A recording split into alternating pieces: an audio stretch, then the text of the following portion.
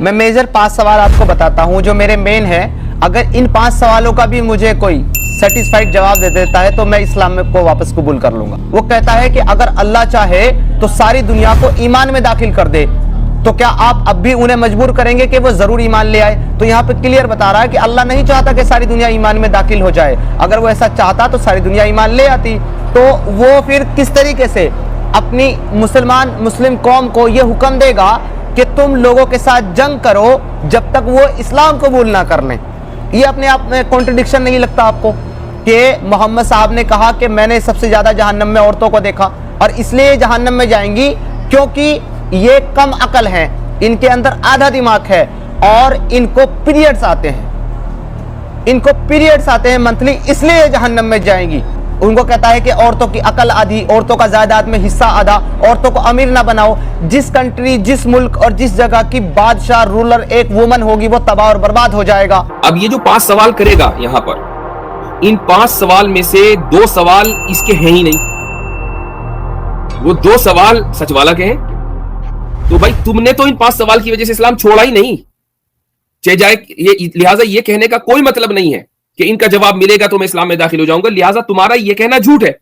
تمہیں اگر ان سوالات کے جوابات صحیح سے مل بھی گئے تم تب بھی اسلام میں داخل نہیں ہوگے, چاہے وہ کتنے ہی کنونسنگ کیوں نہ ہو. اس لیے ہم ان سوالات کا جواب پبلک کو سامنے رکھ کر دے رہے ہیں کہ ایک خدا نے جب دنیا کے اندر ہم سب کو ایک امتحان کے طور پہ بھیجا ہے, ہمارا ٹیسٹ لے رہا ہے وہ کہ کون میرا اچھا بندہ ہے, کون میری بات نہیں مانتا, شیطان کو فالو کرے گا تو جو میری پیروی کرے گا, مجھے مانے گا, میں اس کو جنت میں ڈال دوں گا, اور جو شیطان کو مانے گا اس کو میں جہنم میں ڈال دوں گا. وہ اللہ جو آل نوئنگ ہے, جس کو سب پتا ہے, دنیا کے بننے سے پہلے بھی اور دنیا کے ختم ہونے کے بعد بھی, اس کو ٹیسٹ لینے کی ضرورت کیا ہے؟ وہ تو سب کچھ جانتا ہے. وہ کیوں ٹیسٹ لینا چاہتا ہے؟ اور ٹیسٹ بھی لینا چاہتا ہے تو کس چیز کے لیے؟ اچھائی اور برائی کے لیے, جو خود اس نے انسان کے اندر ڈالی ہے. وہ ایک انسان کا ٹیسٹ لیتا ہے اس کو برائی کی صلاحیت دے کر کے. اب اس کے ٹیسٹ میں اگر وہ انسان اس برائی کا استعمال کر کے ایک معصوم 4, 5 یا 6 سال کی بچی کا ریپ کرتا ہے اور اسے مار ڈالتا ہے, تو اس کا تو ٹیسٹ ہو گیا کہ وہ برا انسان ہے, اس نے شیطان کو فالو کیا تو یہ جہنم جائے گا. لیکن اس ٹیسٹ میں اس بچی نے جو اپنی تکلیفیں اٹھائی ہیں, اس کی جو جان گئی ہے, اس کا ذمہ دار کون؟ اللہ اس انسان کو برائی کی صلاحیت دے کر ٹیسٹ لینے کے لیے اس بچی کو مہرا بناتا ہے. یہ میرا سوال ہے کہ جب خدا آل نوئنگ ہے, سب کچھ جانتا ہے, تو اس کو ٹیسٹ لینے کی ضرورت کیا ہے؟ ٹھیک ہے رضا بھائی, ایک سوال آپ سے پوچھتا ہوں. سوال یہ ہے کہ آپ کے ہاتھ میں ایک ڈنڈا ہے اور اس ڈنڈے سے آپ نے ایک کتے کو مارا. کتا جو ہے وہ کٹکھنا ہے, تو وہ آپ پر وہ ریئیکٹ کرتا ہے. اب وہ لاٹھی بنانے والے کو ڈھونڈے گا, اس کو کاٹے گا, یا لاٹھی چلانے والے کو کاٹے گا؟ لاٹھی چلانے والے کو کاٹے گا. لاٹھی چلانے والے لاٹھی بنانے والے کو نہیں کاٹے گا. اس کا مطلب یہ کہ ایک کتا بھی اتنی سمجھ رکھتا ہے, ایک کتا بھی اتنی سمجھ رکھتا ہے کہ خلق اور کسب میں کیا فرق ہے. ٹھیک ہے, خلق الگ چیز ہے, کسب الگ چیز ہے. کسب کا مطلب ہے پرفارمنس, ہم انگریزی میں اس کو پرفارمنس کہہ دیتے ہیں, پرفارم کرنا کہہ دیتے ہیں. خلق کا مطلب ہے کریٹ. لاٹھی جس نے کریٹ کی قصور اس کا نہیں ہے, لاٹھی جس نے چلائی کتے کی نظر میں قصور اس کا ہے. تو کتا بھی اتنی عقل رکھتا ہے کہ وہ خلق اور کسب کے درمیان فرق سمجھ سکے, لیکن مرتد اتنی عقل نہیں رکھتا. یہ عجیب بات ہے. یعنی کیا مرتد کی عقل کتے سے بھی گئی گزری ہے؟ تو صاحب کو شک ہے اس میں 2-3 چیزیں اور ہیں. اللہ تعالیٰ نے اس نے شروع میں اعتراض کیا کہ اگر اللہ تعالیٰ کو سب پتا ہے, العلیم ہے, تو پھر اس نے امتحان لینے کی کیا ضرورت ہے, اس کو تو پہلے سے ہی پتا ہے. بھائی دیکھیں, اگر اللہ تعالیٰ صرف العلیم ہوتا تو پھر اس کو کسی بھی چیز کو پیدا کرنے کی ضرورت نہیں تھی, کچھ بھی کرنے کی ضرورت نہیں تھی. بس وہ اپنا جو اس کا علم تھا اس کے مطابق جو ہے وہ خود ہی اپنا تصور کرتا رہتا, ذہن میں پروسیس کرتا رہتا انفارمیشن, اور بات ختم ہو جاتی. لیکن خالی اللہ تعالیٰ العلیم تو نہیں ہے نا, وہ العلیم بھی ہے, وہ الخالق بھی ہے, وہ القدیر بھی ہے, وہ الرحمن بھی ہے, وہ العدل بھی ہے, وہ الرحیم بھی ہے, وہ الجبار اور القہار بھی ہے. اس کی تمام صفتوں کا مظاہرہ ہونا, اس کی تمام صفتوں کا اظہار ہونا وہ ضروری ہے. اگر خالی اللہ تعالیٰ العلیم ہوتا اور صرف اس کی صفت علم کا اظہار ہوتا تو کسی بھی چیز کی تخلیق کی ضرورت نہیں تھی. لیکن چونکہ وہ الخالق بھی ہے اس لیے تخلیق ہوئی. وہ چونکہ العدل بھی ہے, یعنی وہ انصاف قائم کرنے والا بھی ہے, تو انصاف قائم کرنے کے لیے ضروری ہے کہ اچھائی بھی موجود ہو اور برائی بھی موجود ہو, اور اچھائی کے حق میں اور برائی کے خلاف فیصلہ دیا جائے, تبھی انصاف ممکن ہے, اس کے بغیر انصاف ممکن نہیں ہے. زبردست ماشاءاللہ زبردست. تو اگر ہم یہ کہیں کہ نہیں اللہ تعالیٰ کو صرف اپنی ایک صفت کے اوپر کے اظہار کی ضرورت تھی, صرف علم صفت علم کا اظہار کر دیتا, مزید کسی صفت کے اظہار کی ضرورت نہیں تھی, تو اللہ تعالیٰ بخیل بن جاتا. اور بخل عیب ہے, اور اللہ تعالیٰ تمام عیب سے پاک ہے, اس لیے اللہ کی تمام صفات کا اظہار ضروری ہے. جب تمام صفات کا اظہار ضروری ہے اور ان تمام صفات کے اندر خلق بھی ہے, تکوین بھی ہے, عدل بھی ہے, انصاف بھی ہے, وغیرہ وغیرہ, تو اس دنیا کے اندر شر اور خیر, اچھائی اور برائی, ان دونوں کا ہونا از حد ضروری ہے. لیکن اچھائی اور برائی کو پیدا کرنا یہ برا نہیں ہے. برائی کو اختیار کرنا برا ہے اور اچھائی کو اختیار کرنا اچھا ہے. کیا آپ نے کبھی کسی بندوق بنانے والے سے سوال کیا کہ بندوق کیوں بنائی؟ ہمیشہ سزا اس کو دی جاتی ہے کہ جس نے بندوق چلائی. بندوق بنانے والے کو سزا نہیں دی جاتی کہ اس نے بندوق کیوں بنائی, کیونکہ اس بندوق کو اچھے کام کے لیے بھی استعمال کیا جا سکتا ہے, برے لوگوں کی کام کھینچائی کے لیے. جنگ میں اگر آپ دشمن پر آپ کے اوپر حملہ آور ہے تو آپ کو بندوق چاہیے, بندوق چلانا اس وقت آپ کے لیے ضروری ہے, فرض ہے آپ کے اوپر کہ آپ بندوق چلائیں. تو کیا دنیا میں ایسی کوئی عدالت دیکھی ہے کہ قاتل کو پیش کیا گیا, اس نے کہا بھائی بندوق ہی نہ بنی ہوتی تو میں کہاں چلا لیتا, لہٰذا بندوق چلانے والے کو پکڑو اور اس کو گرفتار کرو. تو یہ ایسا ہی ہے کہ یہ مثال دے رہا ہے ریپسٹ کی اور اس کا ذمہ دار بنا رہا ہے اللہ تعالیٰ کو.